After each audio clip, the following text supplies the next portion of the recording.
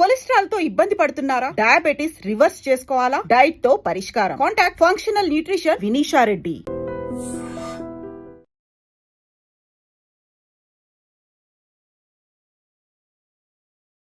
జూబ్లీహిల్స్ అనేది heart of the city Hyderabad కి. అవును. ఎక్కువ సినిమా ఇండస్ట్రీ కావచ్చు, రిమైనింగ్ పెద్ద పెద్ద మెంబర్స్ కూడా ఉండేది ఇది. ఇక్కడ క్లాస్ పీపుల్స్ కన్నా మాస్ పీపుల్స్ ఎక్కువ ఉండే నియోజకవర్గం హైదరాబాద్ లో జూబ్లీహిల్స్. ఓకే. ఎక్కువ శాతం మాస్ పీపుల్స్ ఉంటారు. రహమత్ నగర్ కానీ, యూసఫ్గూడ కానీ, బోరబండ కానీ, ఎర్రగడ్డ కానీ అటు సైడ్ చూస్తే ఏంటంటే మాస్ పీపుల్స్ ఎక్కువ ఉంటారు. 3,98,000 ఓట్లలో ఎంతమంది మాస్ ఉంటారు సార్? ఆల్మోస్ట్ 60% వాళ్ళే ఉంటారు. 60% వాళ్ళే ఉంటారు సార్. ఓకే. ఇక క్లాస్ పీపుల్స్ వచ్చేసి వెంగళరావు నగర్ కానీ, షేక్పేట కానీ కొంత పార్ట్ అవును అవును ఉంటుంటారు. అయితే ఇక్కడ జూబ్లీహిల్స్ లో సర్వే అనేది ఏంటంటే, మేము మాగంటి గోపి గారు చనిపోయిన తర్వాత ఒక నెల 15 రోజుల తర్వాత కాంగ్రెస్ అభ్యర్థి అప్పటికి డిసైడ్ అవ్వలేదు.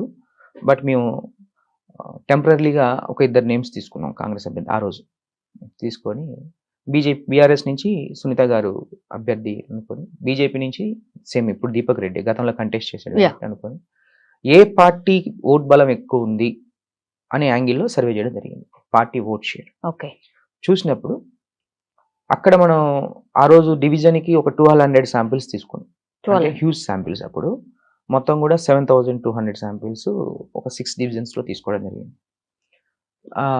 అలా తీసుకున్నప్పుడు మనకు గమనించినట్లయితే ఆ రోజు BRS party almost Congress party అభ్యర్థి డిసైడ్ కాలేదు కాబట్టి 11% గ్రాఫ్ ఎక్కువ ఉంది బీఆర్ఎస్ పార్టీ. ఇది మొదటి సర్వేలు. దాని గురించి నేను వేరే మీడియా ప్రముఖం కూడా మాట్లాడడం జరిగింది. తర్వాత కాంగ్రెస్ అభ్యర్థి డిసైడ్ అయిన తర్వాత ఒక ర్యాండమ్ సర్వే తీసుకోవడం జరిగింది. ర్యాండమ్ సర్వే అంటే ఒకటే క్యాండిడేట్ అభ్యర్థి అప్పుడు కాంగ్రెస్ నుంచి నవీన్ యాదవ్ తీసుకున్నాం. అప్పుడు బీఆర్ఎస్ నుంచి కన్ఫర్మ్ అయిపోయింది. బీజేపీ దీపక్ రెడ్డి కన్ఫర్మ్ అయ్యింది. తీసుకున్నప్పుడు ఈ ముగ్గురు అభ్యర్థుల మీద ఎలా ఉంటుంది పార్టీ ఓట్ షేర్. అప్పుడేమో పార్టీ ఓట్ షేర్ తీసుకున్నాం. అభ్యర్థులు వీళ్ళైతే ఎలా ఉంటుంది అనే యాంగిల్లో కూడా మనం సర్వే చేస్తున్నప్పుడు ఒక్కొక్క పార్టీ మీద ఒక్కొక్క ఒపీనియన్ తీసుకొచ్చారు ప్రజలు. అటు కాంగ్రెస్ పార్టీ ఫెయిల్యూర్స్ తీసుకొచ్చారు, నవీన్ యాదవ్ ఫెయిల్యూర్స్ తీసుకొచ్చారు, నవీన్ యాదవ్ మెరిట్స్ డిమెరిట్స్ తీసుకొచ్చారు. తను సునీత గారి మెరిట్స్ డిమెరిట్స్ తీసుకొచ్చారు. అంటే సునీత గారి హస్బెండ్ మెయిన్ అంత. తర్వాత దీపక్ రెడ్డి మెరిట్స్ డిమెరిట్స్ అంటే ప్లస్లు మైనస్లు తీసుకొచ్చారు. అంటే ఇవన్నీ యాంగిల్స్ అబ్జర్వ్ చేసుకుంటే మొన్న సెకండ్ టైం చేసినప్పుడు అది ర్యాండమ్ సర్వేలో చేసినప్పుడు బీఆర్ఎస్ పార్టీ ఒక 6% లీడ్ తోటి సర్వే కనిపించింది. అది 6% అనేది డేంజర్ బెల్. అవునా? ఎందుకంటే ఎలక్షన్స్ కి ఒక 20 days బిఫోర్ సర్వే నిర్వహించినప్పుడు గ్రాఫ్ ఒక 6-7%, 5% కంటే ఎక్కువ ఉన్నప్పుడు, 10% కంటే ఎక్కువ ఉన్నప్పుడు వన్ సైడ్ విన్ అని చెప్తాం.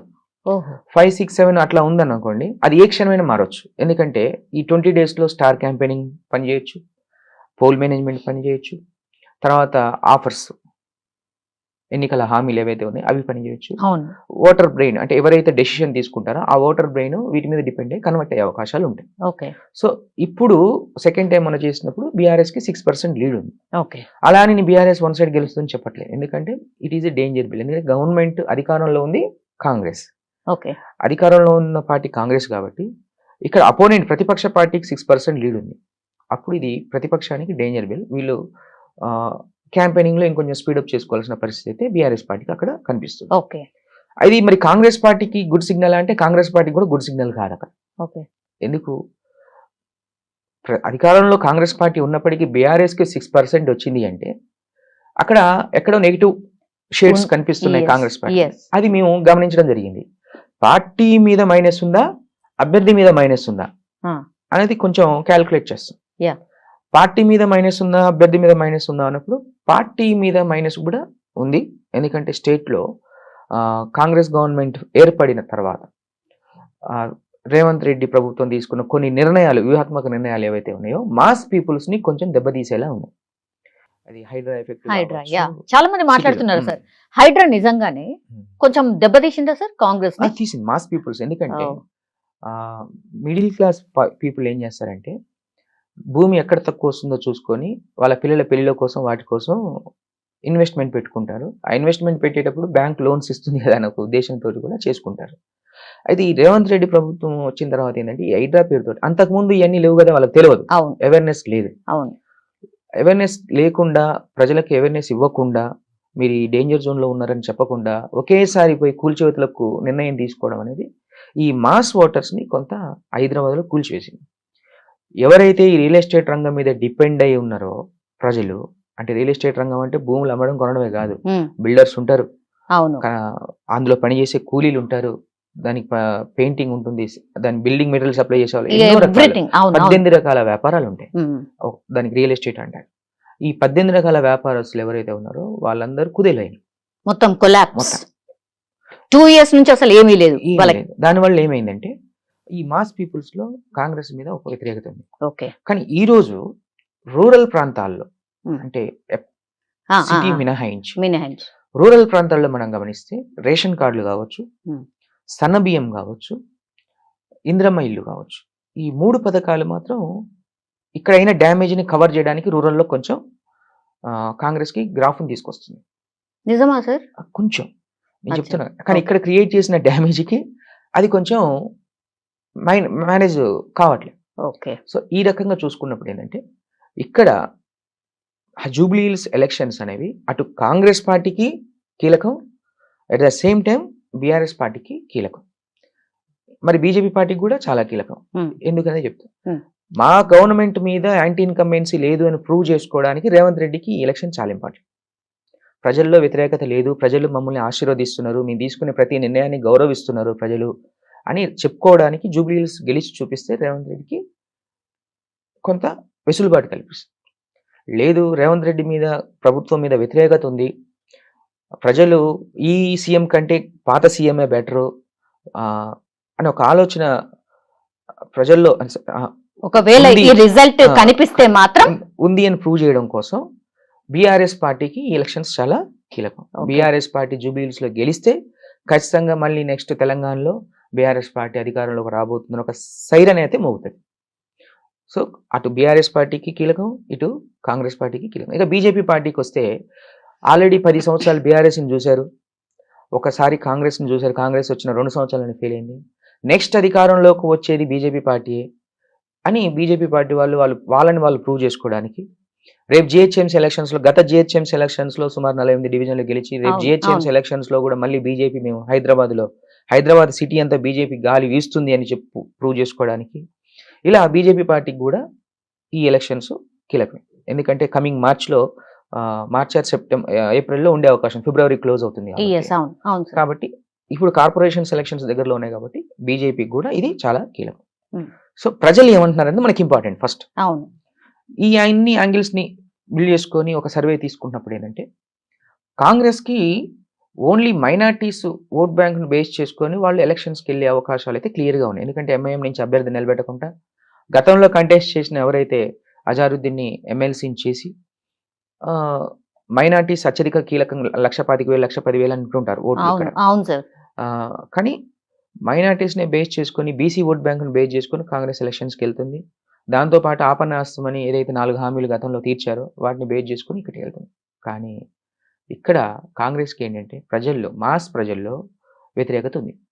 4 ఓటర్లు ఉన్న దగ్గర క్వశ్చన్ వేసినప్పుడు, సర్వేకి వెళ్ళినప్పుడు 4 ఓటర్లు ఒకే దగ్గర ఉన్నప్పుడు, క్లబ్ గా ఉన్నప్పుడు క్వశ్చన్ వేసినప్పుడు గది గవర్నమెంట్ ఉంది అధికారంలో చేస్తుందిలే అన్న ఆలోచన వాళ్ళు చెప్పారు. కానీ అదే ఓటర్ని పక్కకు తీసుకెళ్లి క్వశ్చన్ వేసినప్పుడు కాంగ్రెస్కి ఎందుకు ఓటు వేయాలన్న క్వశ్చన్ కూడా వస్తుంది.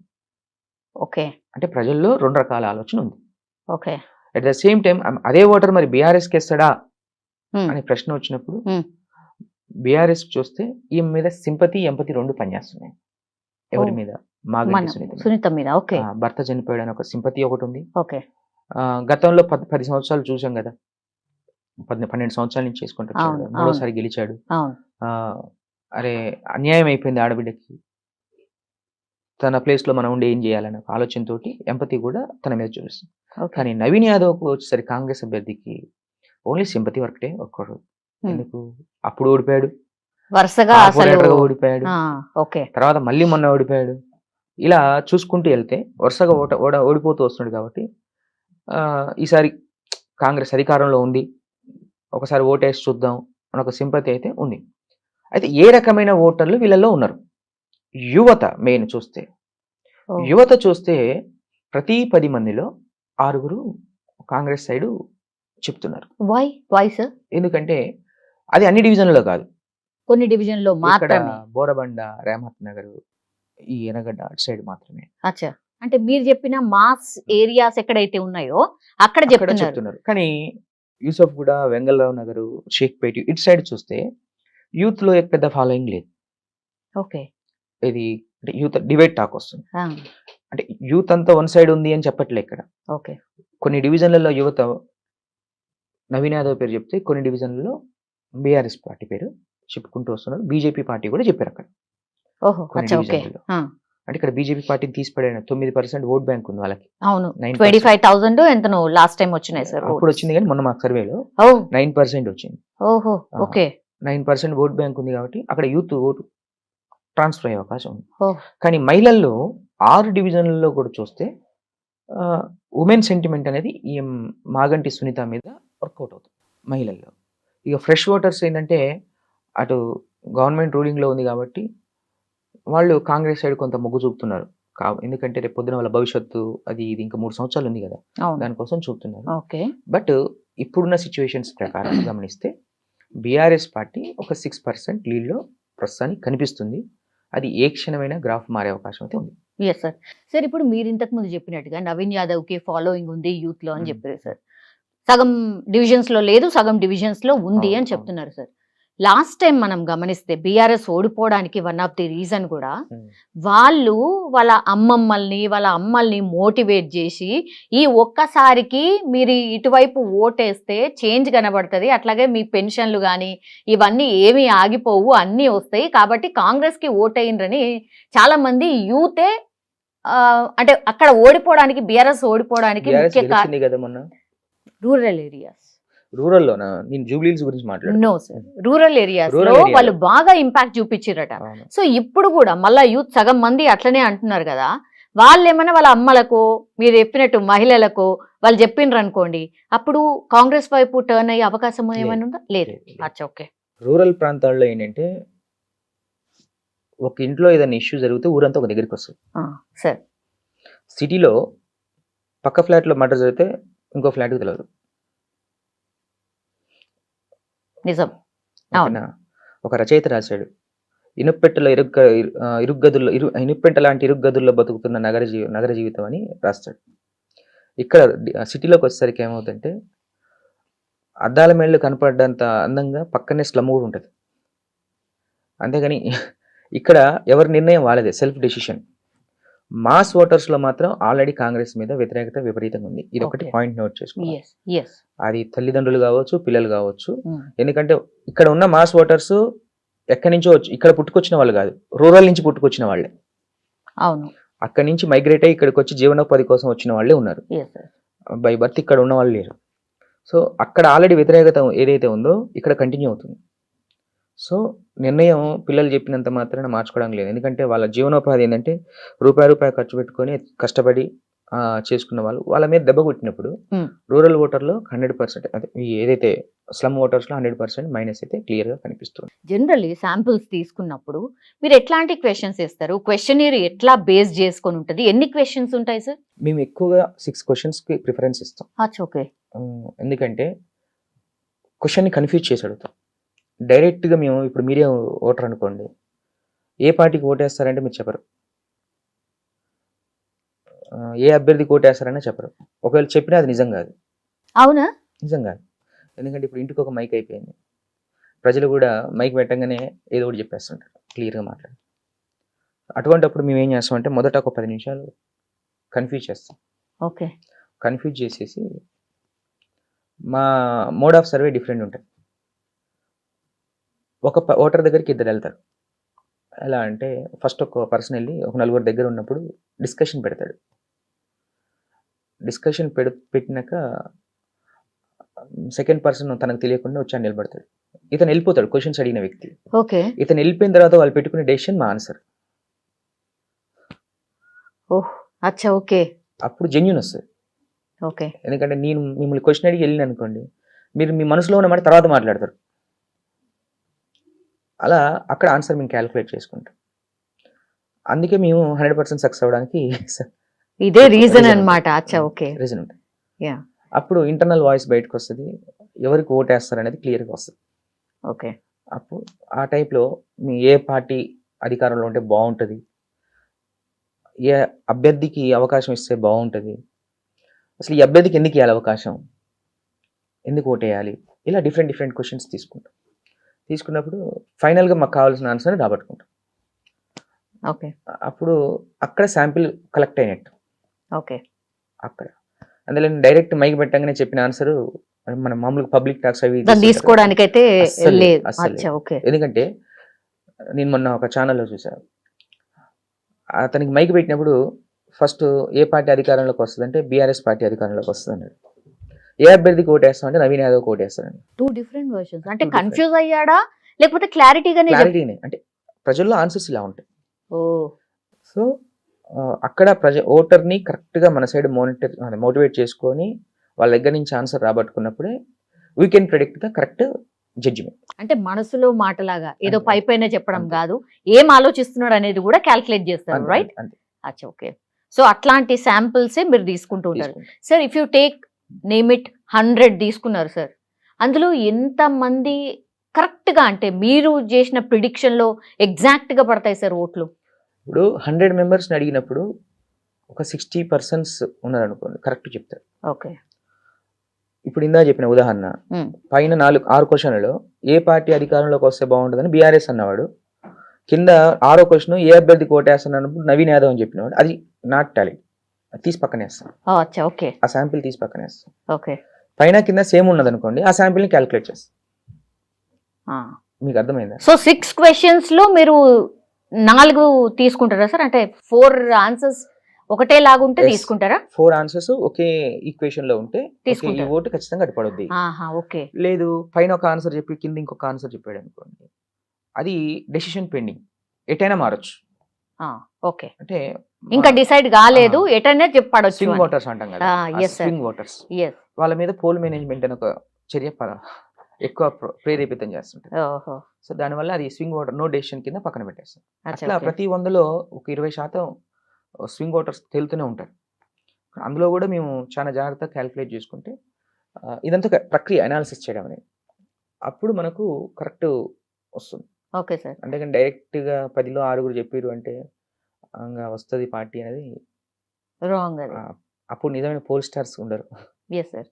సార్, ఇప్పుడున్న సిచ్యువేషన్లో ఇంకా కూడా స్టార్ క్యాంపెయినర్స్ ఎవరైతే పెద్ద పెద్ద వ్యక్తులు ఉన్నారో వాళ్ళు ఇంకా ఎంట్రీ ఇవ్వలేదు సార్. ఆల్ ది పార్టీస్ అవును. వాళ్ళు గ్రౌండ్లోకి వచ్చిన తర్వాత, వాళ్ళు క్యాంపెయినింగ్ స్టార్ట్ చేసిన తర్వాత, వాళ్ళు మాట్లాడడం స్టార్ట్ చేసిన తర్వాత మారిపోతుందా? అంటే ఓటర్ మూడ్ ఎంతవరకు చేంజ్ అయితే సార్? ఒకటి ఏంటంటే అండి, ఈ క్యాంపెయినింగ్స్లో స్టార్ క్యాంపెయినింగ్స్లో వాళ్ళు మాట్లాడే మాటలు 10% ఇంపాక్ట్ చూపిస్తాయి. ఓకే. 1,00,000 మంది అక్కడికి వచ్చారంటే Hmm. 1,00,000 మంది ఓటారు, ఒక 5,000 10,000 మంది ఓటేస్తారు, అంతే మోటివేట్ అవుతారు. ఒక క్లాస్లో టీచర్ పాఠం చెప్తూ ఉన్నప్పుడు 40 మంది స్టూడెంట్స్లో 4గురికే ఎక్కుద్ది. మీకు అర్థమవుతుందా? 4గురే ఇంటెలిజెన్స్ అవుతుంటారు, మిగిలిన వాళ్ళ బ్రెయిన్ ఒక్కొక్క రకంగా ఫ్లక్చువేట్ అవుతూ ఉంటుంది. అంటే హ్యూమన్ బ్రెయిన్స్ అనేవి ఫ్లక్చువేషన్స్ డిఫరెంట్గా ఉంటాయి. ఈరోజు పవన్ కళ్యాణ్ స్టార్ క్యాంపెయినర్గా వస్తే వచ్చిన జనం రేపు జూనియర్ ఎన్టీఆర్ స్టార్ క్యాంపెయినర్గా వస్తారు. ఇక్కడ కొంతమంది షిఫ్ట్ అవుతారు, అక్కడ కొంతమంది షిఫ్ట్ అవుతారు. అలా ఓటర్ బ్రెయిన్ అనేది ఎప్పుడు కూడా స్వింగ్ అవుతూ ఉంటుంది. సో ఈ స్టార్ క్యాంపెయినింగ్ అనేది జస్ట్ ఎలక్షన్స్లో 10% ప్రభావితం మాత్రమే చూపిస్తుంది. పెద్ద effect ఉండదు. సీఎం హోదాలో ఉన్న వ్యక్తి. ఎవరైనా అంతే, ఎవరైనా అంతే, అచ్చా, ఓకే. ఎవరైనా వాళ్ళు వచ్చిన సీఎం హోదాలో ఉన్నప్పుడు వచ్చిన వ్యక్తి ఏం హామీలు ఇస్తాడు అనేది ఎదురు చూస్తారు. అప్పుడు ఎదురు చూసినప్పుడు గతంలో ఇచ్చిన హామీలు తీర్చాడా అని కంపేర్ చేస్తారు. మన కేసీఆర్ ఓడిపోవడానికి కారణం అదే కదా మెయిన్. ఈరోజు సేమ్ అతనికి 10 ఏళ్ళు పట్టింది, ఇతనికి 1 సంవత్సరంన్నరలో కొంచెం యాంటీ ఇన్కంబెన్స్ పెరుగుతూ వస్తుంది. అవును. దాన్ని రెక్టిఫై చేసుకోవాలంటే జూబ్లీ హిల్స్ ఎలక్షన్స్ వాళ్ళకి చాలా కీలకం. Yes so sir. వాళ్ళు ఇచ్చే హామీలు ఏదైతే ఉన్నాయో పాసిబుల్ అవుతాయా కావా అనేది ప్రజలు ఈరోజు సెల్ఫ్ అనాలిసిస్ చేసుకుంటున్నారు. ఓకే.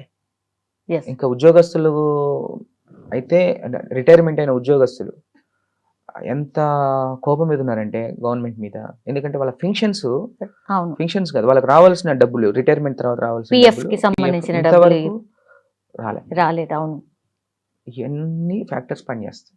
అంటే పాసిబిలిటీ ఉన్నాయి హామీలు ఇస్తే నమ్ముతారు జనాలు, పాసిబిలిటీ లేని హామీలు ఇస్తే నమ్మరు. ప్రతి మహిళకు 2,500 అన్నారు కదా, మరి ఇప్పటి వరకు ఇవ్వలేదు. మీరు కూడా మహిళ అట్లా చాలా చాలా హామీలు ఉన్నాయి సార్, అట్లా కదా, అట్లా అలాంటి అవును చాలా ఉన్నాయి.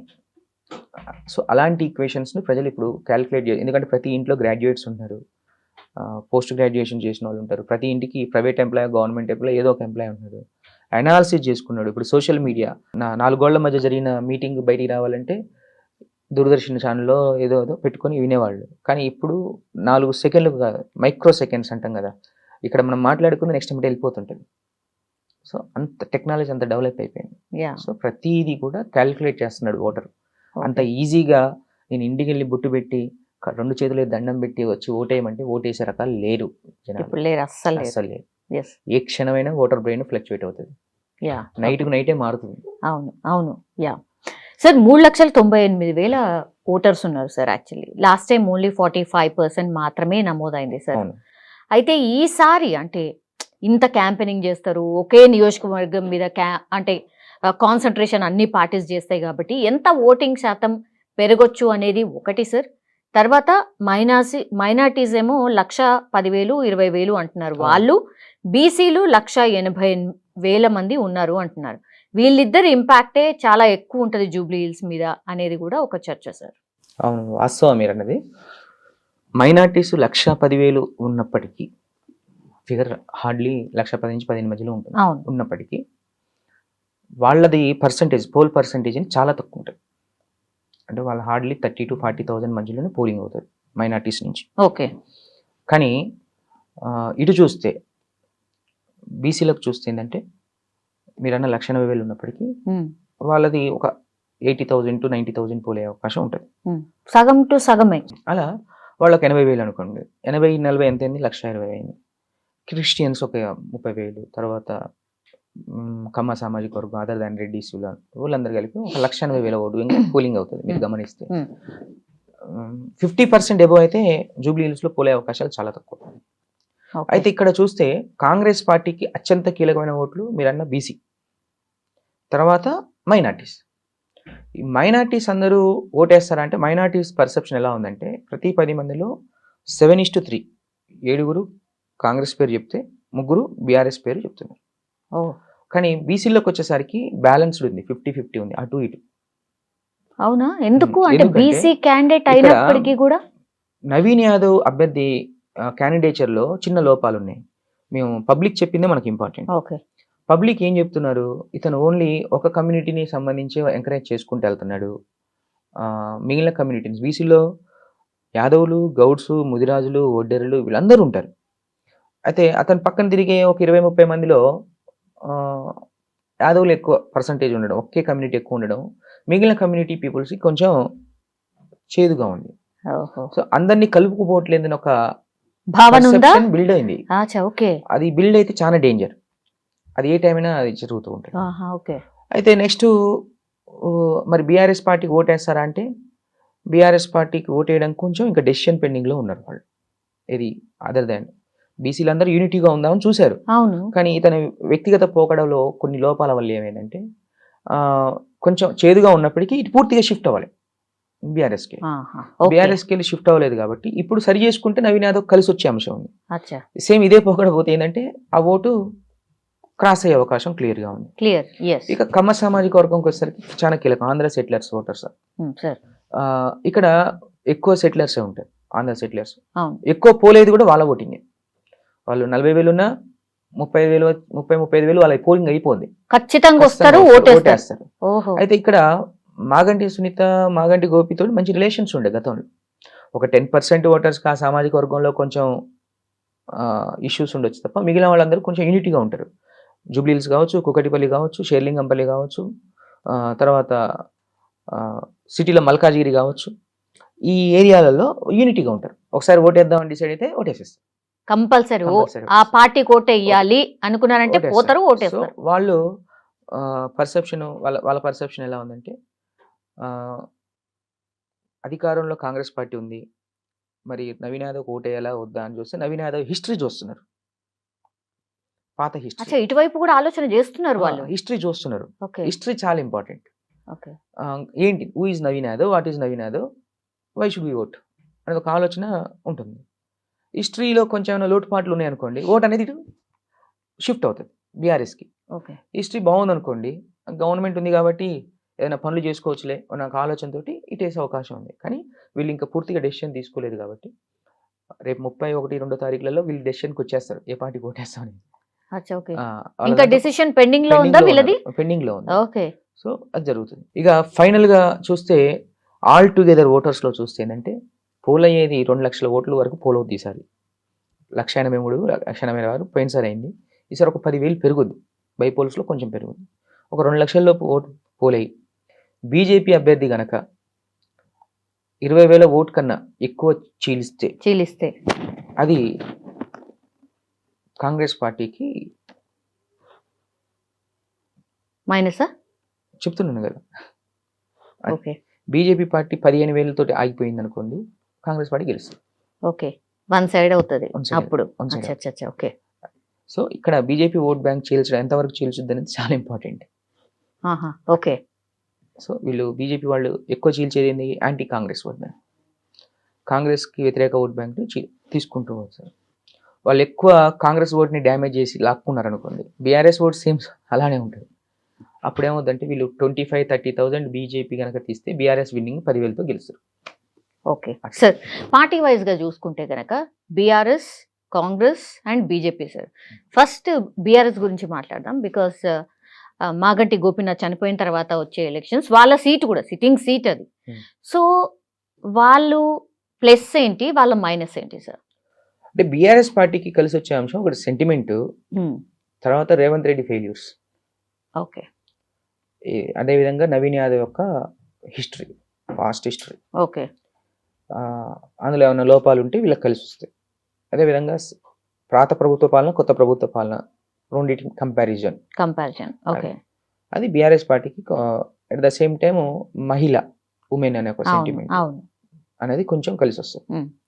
ఇక కాంగ్రెస్ పార్టీకి కలిసి వచ్చే అంశాలు మాట్లాడుకుంటే ఓన్లీ అధికారంలో కాంగ్రెస్ పార్టీ ఉందనే ఒక అంశం తప్ప, వాళ్ళు గతంలో ఇచ్చిన సంక్షేమ పథకాలు పూర్తిగా అమలు పరచలేదని ఒక కోపం, హైడ్రా ఎఫెక్ట్, ఇవన్నీ సిటీలో బాగా కనిపిస్తున్నాయి. కాబట్టి క్యాండిడేట్ యొక్క క్యాండిడేచర్ చాలా ఇంపార్టెంట్. ఓకే, అభ్యర్థి పరిశీలన, BC factor, minority factor Congress కి కొంచెం కలిసి వస్తుంది.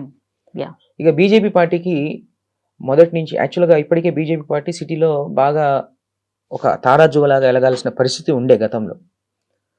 కొన్ని స్వయంకృత చర్యలు, ఎందుకంటే బీజేపీలో ప్రజలు ఏం ఆలోచిస్తున్నారంటే బీజేపీ మీద ప్రజల్లో ఉన్న ఒకే ఒక్కటి, ఉన్న 4 లీడర్ల మధ్య సఖ్యత లేదు.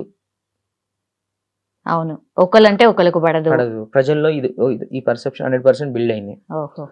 గతంలో జిహెచ్ఎం సెలక్షన్స్ లో వచ్చిన సీట్లు కూడా ఈసారి వస్తాయో రావో అనే ఆలోచన కూడా ప్రజల్లో ఉంది. సిటీలో కాంగ్రెస్ వర్సెస్ బీఆర్ఎస్ మళ్ళీ పోటీ ఉండే అవకాశం ఉంది, అందుకు ప్రజల్లో బిల్డ్ అయ్యి ఉంది. దాన్ని పోగొట్టుకోవాలంటే ఇక్కడ 30,000 ఓటు రావాలి BJP. At the same time బీజేపీలో 4 స్టార్ క్యాంపెయినర్లు పనిచేస్తుంటారు. ఇక అమిత్ షా స్ట్రాటజీ ఏదో వర్కౌట్ చేసుకుందని చూస్తుంటారు. 300 కాపులు ఇక్కడ ఎక్కువ ఉంటారు, ఒక 50,000-55,000 వరకు 300 కాపులు ఉంటారు. బండి సంజయ్ ఫాలోయింగ్, ఆ ఓట్ బ్యాంక్ కూడా కొంచెం కీలకం ఉంది. సో నేను చెప్తున్నాగా, బీజేపీ ఎంత ఎక్కువ ఓటు చీలిస్తే బీఆర్ఎస్ అంత, బీజేపీ తక్కువ ఓటు చీలిస్తే కాంగ్రెస్ అనుకోదు అట్లా. సో బీజేపీ పెద్ద కలిసి వచ్చే అంశాలు అయితే లేవు.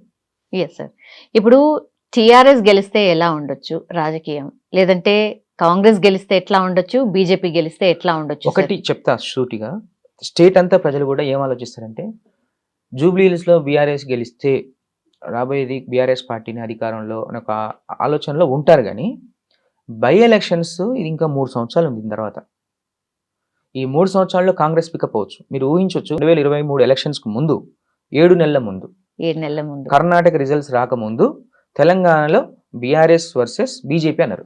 కాంగ్రెస్ లేనే లేదు, అసలు లేదు, 0-0. కాంగ్రెస్ 0. అవును, 2-3 సీట్లు వస్తే రావా నాకు క్వశ్చన్. అవును. ఎప్పుడైతే కర్ణాటకలో కాంగ్రెస్ గవర్నమెంట్ ఫామ్ అయిందో ఒకేసారి బజ్ ఇలా క్రియేట్ అయింది తెలంగాణలో. దానికి తోడు పొంగులేటి శ్రీనివాసరెడ్డి లాంటి పెద్ద లీడర్లు కేసీఆర్కి ఛాలెంజ్ చేసి ఒక్క సీట్ని కూడా గెలవనీయకుండా చేస్తాం అని ఛాలెంజ్ చేసి అలాంటి పెద్ద లీడర్లు కాంగ్రెస్ పార్టీలోకి షిఫ్ట్ అవ్వడం అంటే